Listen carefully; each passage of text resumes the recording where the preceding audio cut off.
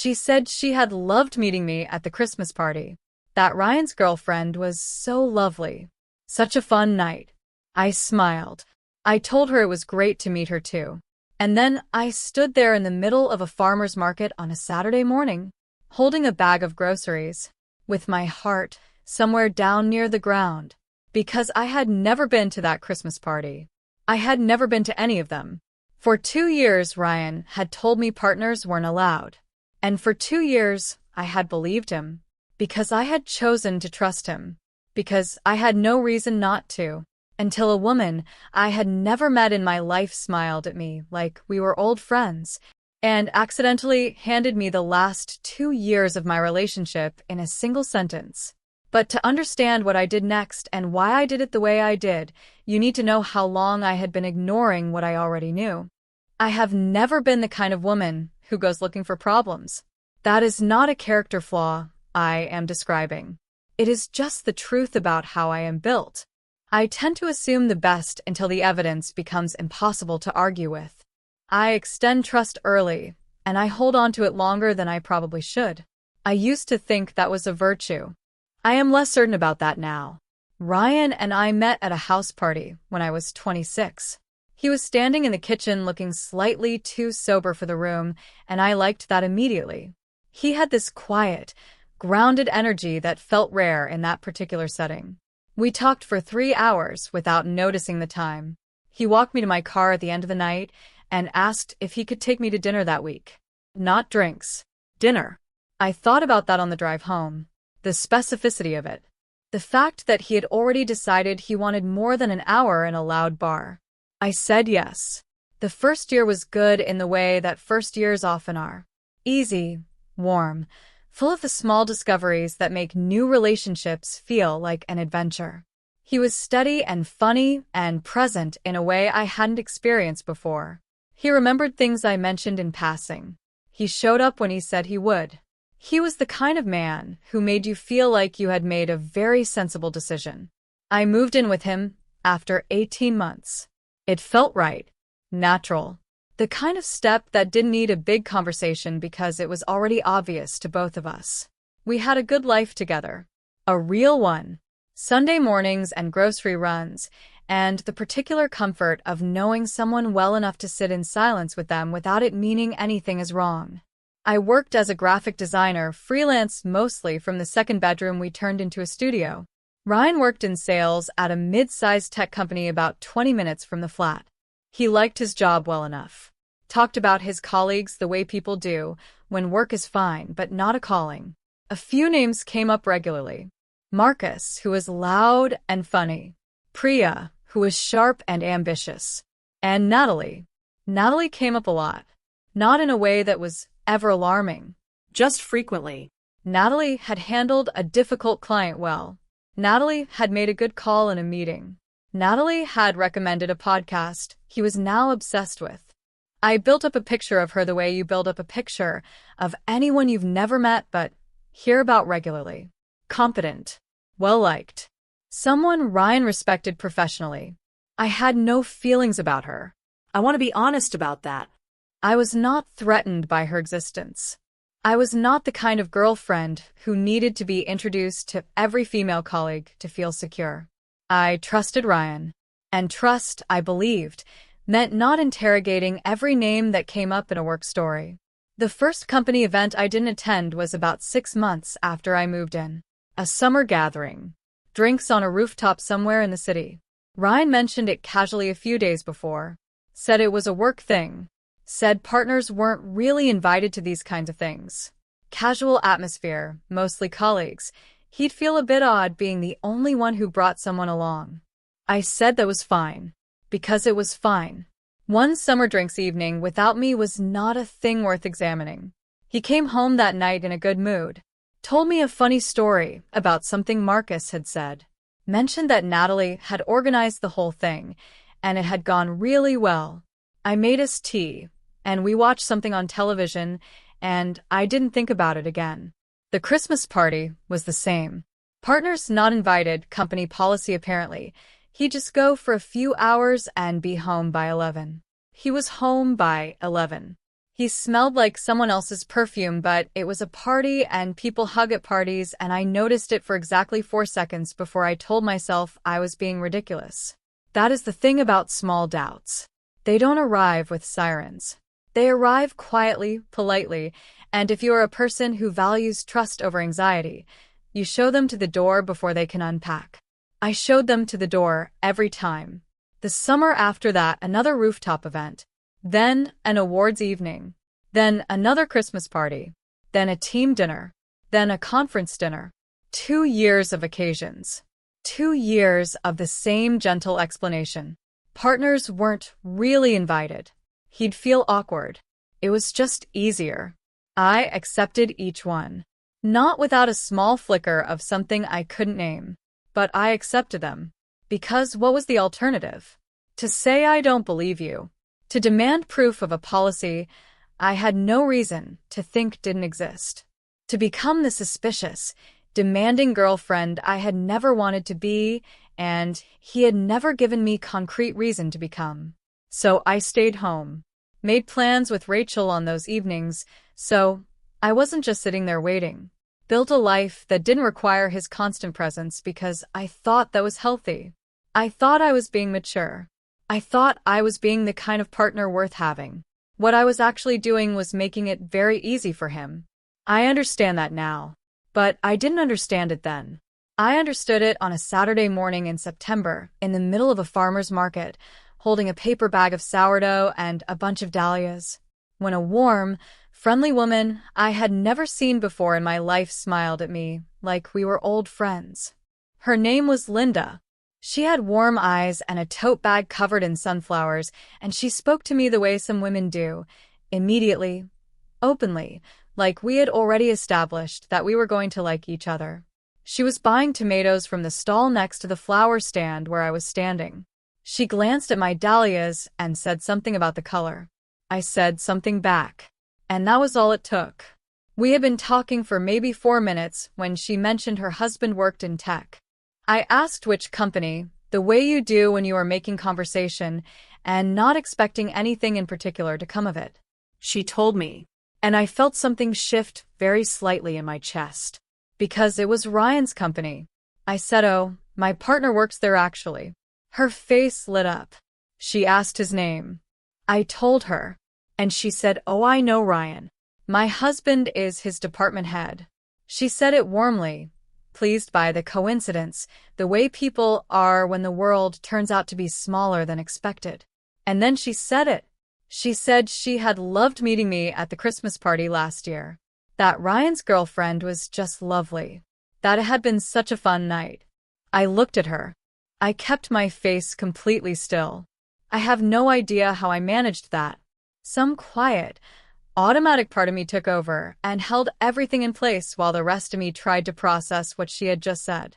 I told her it was so nice to see her again. I said something about what a great night it had been. Asked how her husband was. I stood there in the middle of that market and I had a perfectly normal conversation with this woman for another 3 minutes, and I do not remember a single word of it. What I remember is the feeling. Like the ground had not disappeared but had revealed itself to be something other than what I thought it was. Not solid. Not what I had been standing on all this time. She said it was lovely to run into me. I said the same. She walked away with her tomatoes and her sunflower bag, and no idea whatsoever what she had just done. I stood at the flower stall for a moment longer. The woman behind the table asked if I wanted the dahlias wrapped. I said, "Yes, please." I paid. I walked back to my car. I put the sourdough and the dahlias on the passenger seat. I sat behind the wheel and I stared through the windscreen at the car park, and I thought very carefully about what had just happened. Ryan's girlfriend had been at the Christmas party. Linda had met her. Linda had recognized me as her, which meant that someone had been at that Christmas party, standing beside Ryan, being introduced as his girlfriend. And it was not me. I had been at home. I had made pasta and watched a film and texted him at 10 to ask if he was having fun, and he had sent back a thumbs up and a kiss and been home by 11. I thought about the summer event the year before that. The awards evening. The team dinner. The conference dinner. All the occasions I had stayed home for because partners weren't invited, because it was just easier, because he'd have felt awkward being the only one. I sat in that car park for a long time. I was not crying. I was not shaking. I was doing the thing I do when something is too large to feel all at once. I was thinking, methodically, carefully, the way I work through a complicated brief at my desk. What do I know for certain? What can be verified? What are the possibilities? The possibilities were limited. Either Linda was confused, had mistaken me for someone else, misremembered a face, conflated different conversations, or someone had been at those events with Ryan, introduced as his girlfriend, consistently enough that his boss's wife remembered her face and recognized it as mine. I thought about Natalie. I had thought about Natalie before, briefly, in those 4-second flickers I had always shut down. I thought about her now without shutting it down. I drove home slowly. Ryan was in the living room when I got back, watching football, coffee on the table, completely at ease in the way of a man who has no idea his whole architecture is about to be examined. He looked up and smiled when I came in, asked if the market was good. I said yes. I put the dahlias in water. I put the sourdough on the counter. I made myself a cup of tea. And I sat down at my studio desk under the pretense of doing some work. And I started to think about what I actually knew, and what I could find out, without saying a word to him. Not yet. I needed to be certain before I said anything. Because if I was right, and something in my stomach was telling me quietly and insistently that I was right, I was not going to give him the opportunity to explain it away. I was not going to become the hysterical girlfriend who had a meltdown based on a misunderstanding at a farmer's market. I was going to know exactly what I was dealing with before I opened my mouth. I went to Natalie's public profile that evening. I told myself I was just looking, and the first thing I saw stopped me completely. Natalie's profile was not locked down the way careful people lock things down. She had the main picture set to public. A few posts visible to anyone. Nothing dramatic. Nothing that would have looked like evidence to someone who wasn't looking. But I was looking, and what I saw was a photograph, taken at what was clearly a work event. Fairy lights, round tables, people dressed up. A Christmas party. Natalie was in the center of the frame, laughing at something, and beside her, relaxed, familiar, his hand resting at the small of her back, was Ryan. Not standing next to a colleague. Not posing for a group shot. Beside her. In the particular way you stand beside someone who is yours. I looked at that photograph for a long time. I didn't feel what I expected to feel. I expected rage. Or tears. Or that particular collapse that people describe when something they loved turns out to be false. What I felt instead was something quieter and colder. Recognition. Like a part of me that had been whispering for 2 years had just stopped whispering and started speaking in a full, clear voice. I knew. I had always known. Not the specifics. Not the name or the face or the Christmas party or the hand at the small of her back. But the shape of it. That low persistent unease I had shown to the door every single time. It had been right. And I had been choosing, over and over again, not to listen to it. I closed the app. I sat at my desk in the dark because I hadn't noticed the room getting dark around me. Ryan called from the living room to ask if I wanted anything from the kitchen. I said no thank you. My voice came out completely normal. I don't know how. I stayed at my desk for another hour, thinking. Not about Ryan. Not about Natalie. About myself. About the version of me that had spent 2 years accepting explanations because accepting them was easier than what the alternative required. I was not stupid. I want to be clear about that. I was not a naive woman who had been comprehensively deceived without a single sign. There had been signs. Small, deniable, easy to explain away. But they had been there. And I had explained them away because I had loved him. Because we had a life together. Because the cost of being wrong about him felt so much higher than the cost of silencing a small persistent doubt. I understood all of that. But understanding why you did something does not make it feel better. It just makes it more complicated. I went to bed that night before Ryan came upstairs. I said I had a headache. He said sleep well and kissed the top of my head, and I lay in the dark and listened to him move around the flat and thought about how easy it all was for him. How seamless. How practiced. The next few days were the strangest of my life. I went about everything normally, made coffee in the morning, sat at my desk, had conversations, laughed at things, came to bed. All of it exactly as it always was from the outside. And underneath, completely invisible, I was dismantling everything. I went back to Natalie's profile. I looked more carefully this time. There were other photographs. Not many, but enough. A team lunch where Ryan was tagged by someone else in the comments. A post about a work milestone where several colleagues had commented, including Ryan, and his comment was the kind of warm and familiar that you don't write to someone you are merely professional with. Small things. But they accumulated. I looked at the dates, cross-referenced them with evenings I remembered. The summer event where I had made pasta and watched a film. The awards night where I had gone to Rachel's instead because I hadn't wanted to sit home alone. All of it lined up with a precision that would have been almost impressive if it hadn't been my life. It was dismantling. I thought about Linda, her sunflower bag and her warm, easy manner, and the complete absence of any idea what she had handed me in that car park. I thought about how she had looked at me and seen someone she recognized.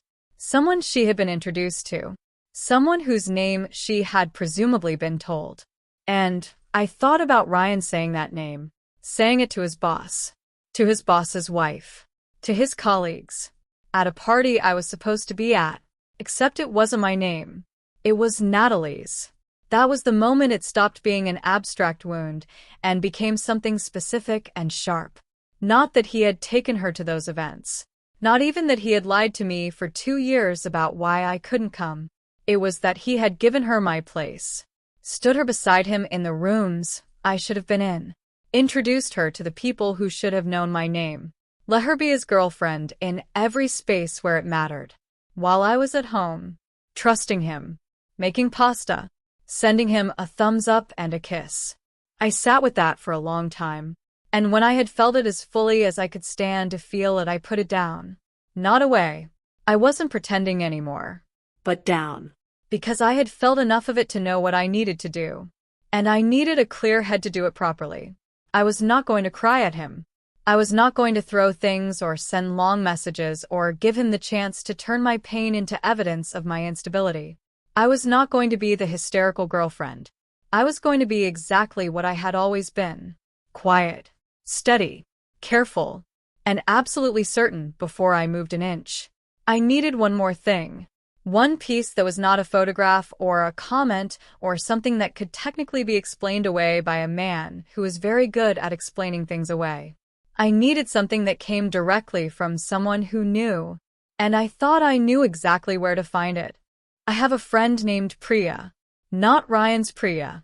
My Priya. We had been friends since university. Long before Ryan was any part of my life. She worked in HR for a completely different company and had no connection to Ryan's world whatsoever. But she had a particular skill set that I needed right now. She was methodical, discreet, and she had spent enough years in professional environments to know exactly how workplaces work, how information moves, how to ask a question without it looking like a question. I called her on a Wednesday evening while Ryan was at the gym. I told her everything. From Linda at the farmer's market to the photograph to the comments and the dates I had cross-referenced in my own head until I had them memorized. She listened without interrupting. When I finished, she was quiet for a moment. And then she said, "Well, that's pretty clear, isn't it?" I said, "I need one more thing. Something direct. Something that cannot be explained away by a man who is very good at explaining things away." She understood immediately. She asked me what I wanted her to do. I told her. Priya had a contact.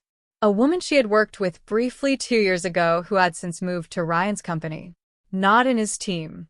Not close enough to him to be complicated. But present enough in that office to know the general landscape of who was who and what was what. Priya reached out to her the next day. Kept it light. Casual catch-up.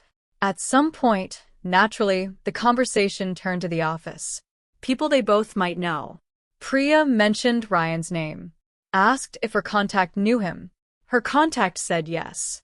Said he was well-liked, good at his job. And then, without being asked, she said, "Oh, and his girlfriend Natalie is lovely too.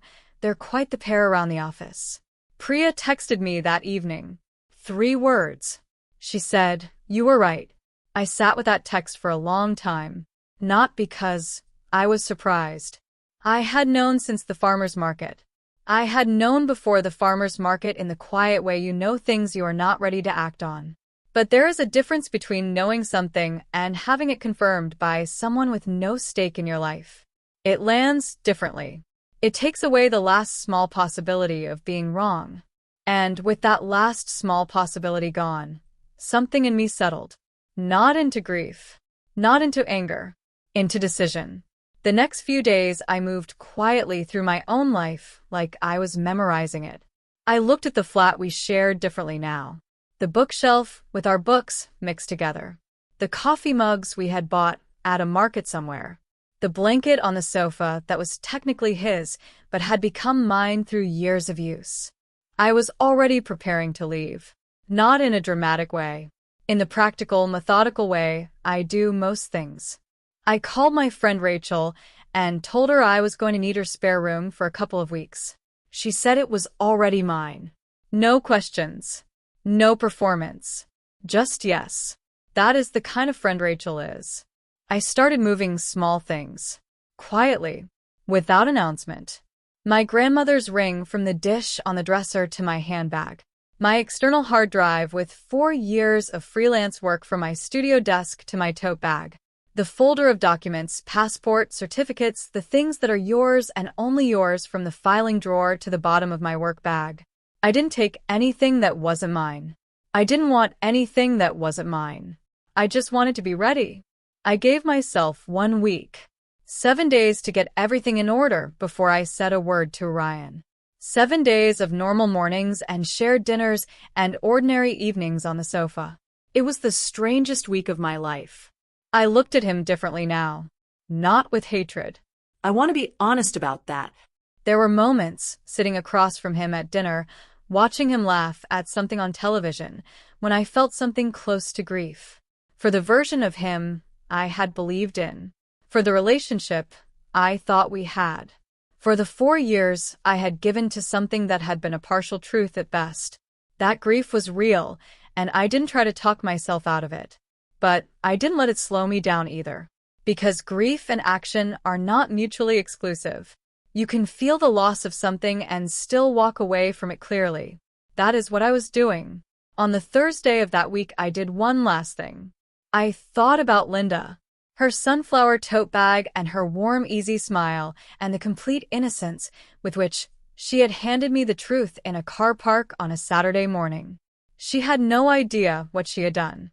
She had no idea that a casual mention of a Christmas party had unraveled 2 years of careful, practiced deception.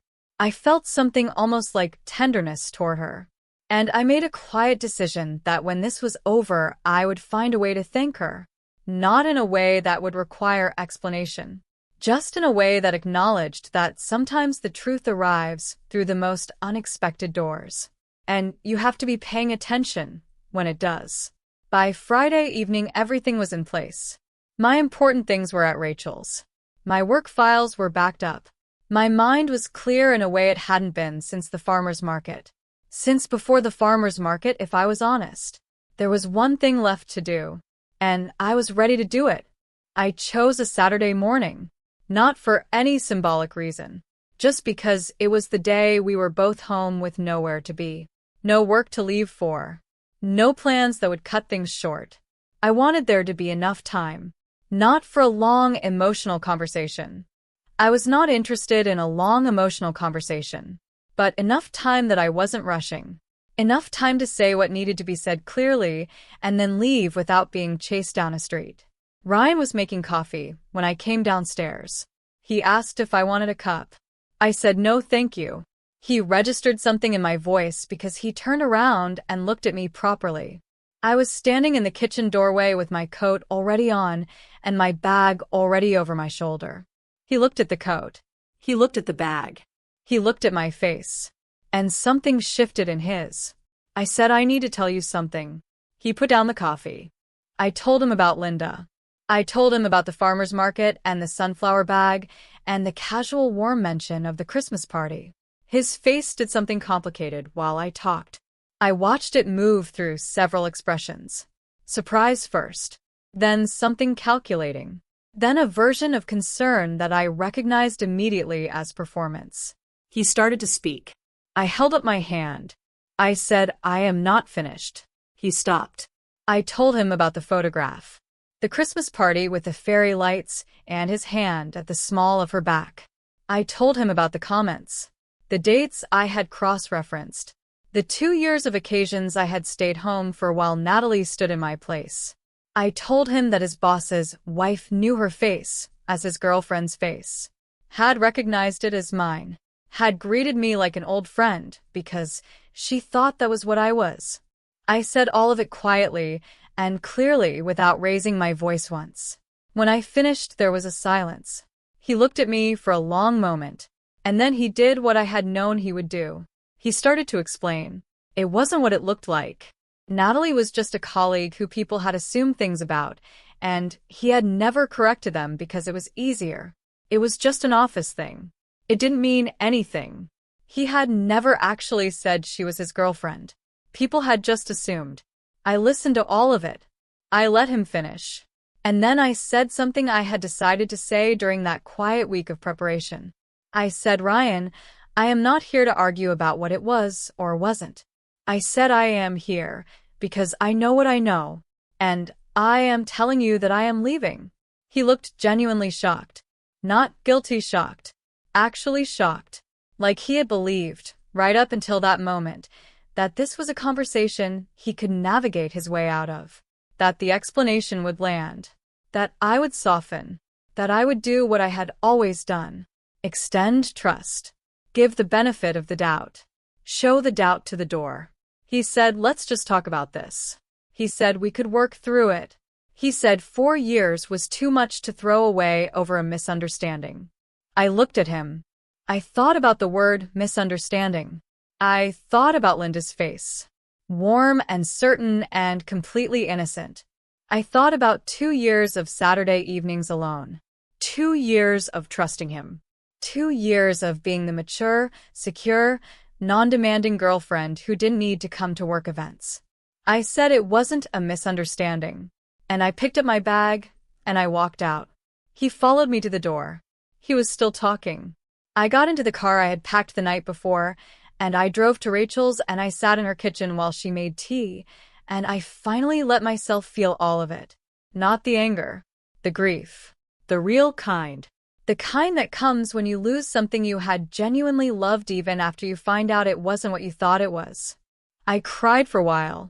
Rachel didn't try to stop me or talk me out of it. She just sat with me. And when I was done, I felt something I hadn't expected to feel so soon. Relief. Clean and quiet and unmistakable.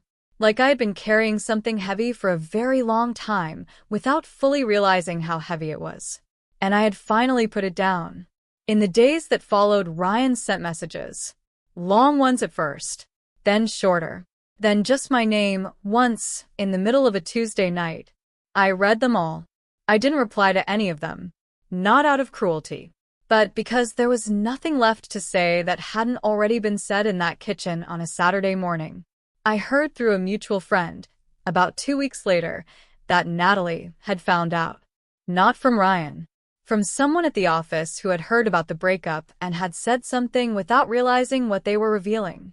Natalie had found out that she had been the other woman without ever knowing it, that the man she had presumably believed was single had been living with someone for 4 years. I thought about that for a moment, and then I let it go. Her reckoning with that was her own. It had nothing to do with me anymore. I was already somewhere else entirely. I was already starting to feel like myself again in a way I hadn't in longer than I wanted to admit. And that feeling quiet and solid and entirely mine, was worth more than anything that was happening in a flat I no longer lived in. Rachel's spare room had a window that faced east. I know that because I woke up every morning that first week to light coming through the curtains at an angle I wasn't used to. It should have felt disorienting. Waking up somewhere unfamiliar after 4 years of waking up in the same place beside the same person. But it didn't. It felt like something else entirely. It felt like space. I stayed at Rachel's for 3 weeks. She never once made me feel like a guest who had overstayed. She made coffee in the mornings and left it on the counter without making it a thing. She watched films with me in the evenings when I wanted company and left me alone when I didn't. She is the kind of friend you hope you are to other people and are never quite sure you manage. I found a flat of my own at the end of those 3 weeks. A 1-bedroom on the second floor of a quiet building with high ceilings and more light than I strictly needed. It was more expensive than was entirely sensible. I took it anyway. I painted the living room wall a deep warm green that Ryan would have said was too much. I bought plants for every windowsill. I put my grandmother's ring back in a dish on my own dresser in my own bedroom. And I started, quietly and without ceremony, to rebuild. Work helped. It always does for me. I had a large project come in the week after I moved out, a full brand identity for a small company that had been recommended to me by a previous client. I threw myself into it completely, not as distraction. I was past distraction. But because creative work requires full presence, and full presence, I had learned, is one of the better antidotes to the specific pain of feeling like you wasted something. You cannot be fully present in your work and fully consumed by your grief at the same time. So, I chose presence. And the grief, without constant attention, began to shrink to a manageable size. Ryan went quiet after the 3rd week. The messages stopped. I don't know if that was his decision or someone else's advice. I didn't look into it. I was not tracking his life anymore. I had enough to do tracking my own. I thought about Natalie occasionally in those first weeks. Not with anger, with something more complicated. She had been deceived too, in her own way. She had been involved with a man who had kept an entire person hidden from her. That is its own kind of betrayal. I didn't know her. I had no way of knowing what she had known or suspected or chosen not to examine. But I understood better than most what it felt like to trust someone and find out that trust had been misused. So I held no particular feeling toward her. I just let her exist somewhere outside my story, because that is where she belonged. The person I thought about most in those early weeks was Linda. Linda with her sunflower tote bag and her easy, warm smile. Linda who had looked at me in a farmer's market and seen someone she recognized, who had reached out with such genuine pleasure and handed me, completely by accident, the thing I had needed for 2 years. I thought about how close I had come to not going to that market. I had almost stayed home that morning. I had been tired. The weather had been uncertain. I had stood in the kitchen in my dressing gown for a full 5 minutes, deciding whether it was worth getting dressed. Something had made me go. I don't know what to do with that. I am not a person who believes in fate particularly, but I am a person who believes in paying attention. And I think about that sometimes. How much depends on the mornings you choose to show up for. About 2 months after I moved out, I sent Linda a message. I had found her easily enough through the same mutual connection that had introduced us at the market. I kept it simple. I told her it was lovely to run into her that morning, that our conversation had stayed with me, that I hoped she was well. I didn't explain anything. I didn't need to. She replied within the day, warm and bright the way I had known she would be. She said she hoped I was well too. She said we should get coffee sometime. I said I would like that. We haven't yet, but I think we will. There is something I want to say about the 2 years before that Saturday morning, because I have spent time since then sitting with my own part in it. Not in a self-punishing way, but honestly. I extended trust past the point where trust was warranted. I showed small doubts to the door instead of letting them speak.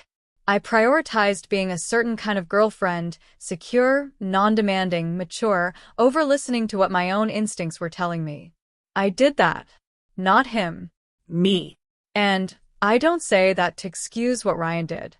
What he did was a choice he made repeatedly over 2 years. That belongs entirely to him. But the version of me that comes out the other side of this is a version that listens more carefully to herself. That doesn't mistake self-doubt for humility. That understands the difference between trust and willful blindness. And I think that version is better. Not because of what happened to her, but because of what she decided to do with it. I am in my green-walled flat right now. The plants are doing well. Better than any plant I have ever owned, which I choose to take as a sign. My work is good.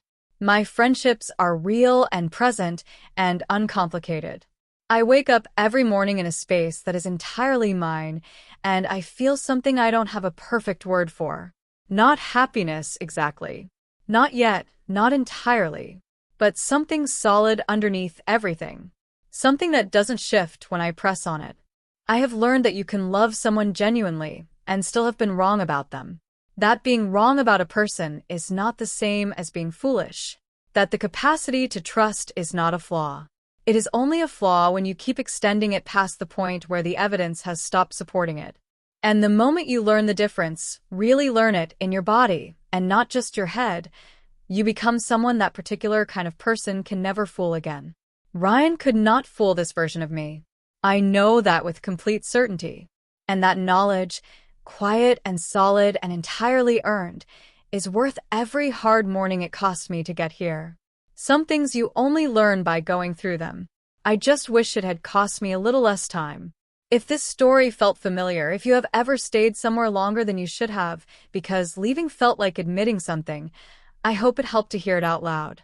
Share it with someone who needs it. And come back for the next one. We will be here.